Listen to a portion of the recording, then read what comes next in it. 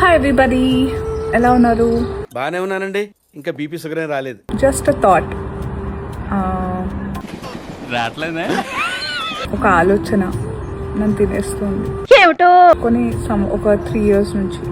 మీలో చాలా మందికి తెలిసి ఉంటుంది. వినలేదే, చెప్పుకోవట్లేదేమో. మా నాన్నగారు we lost him 3 years back. ఎంత ఘోరం జరిగిపోయిందిరా. అమ్మ చాలా అందంగా ఉంటుంది. మంచి డ్రెస్సెస్ అప్, మంచిగా బొట్టు కింద బొట్టు పెట్టి కాటి పెట్టుకుని అయన్నొద్దు, పాయింట్కి రా. మంచి రంగాజులు, గజ్జలు, her feet used to look beautiful.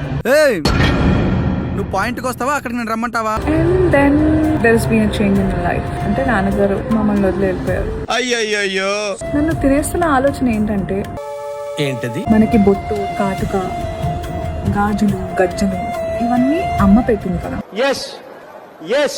అంటే మా అమ్మకి మా అమ్మమ్మ, నాకు మా అమ్మ.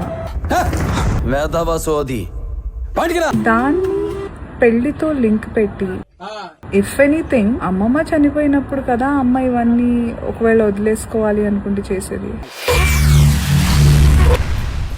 ఏమిటండి మీరు మాట్లాడేది? How are they linking it to husband, and isn't it someone's personal choice? I'm just thinking out loud.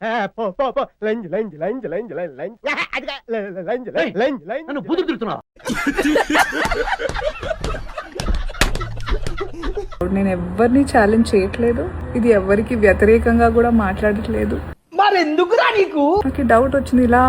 ఇలాంటి స్పెషల్ ఒకేషన్స్, పూజలు, పునస్కారాలు అవన్నీ జరుగుతున్నప్పుడు కూడా నాకు చాలా బలవంతమైన రూల్స్ కొన్ని అనిపిస్తూ ఉంటాయి. అసలు ఇవి ఎక్కడ రాస్తున్నాయి ఏంటి? Just sharing my insights with all of you.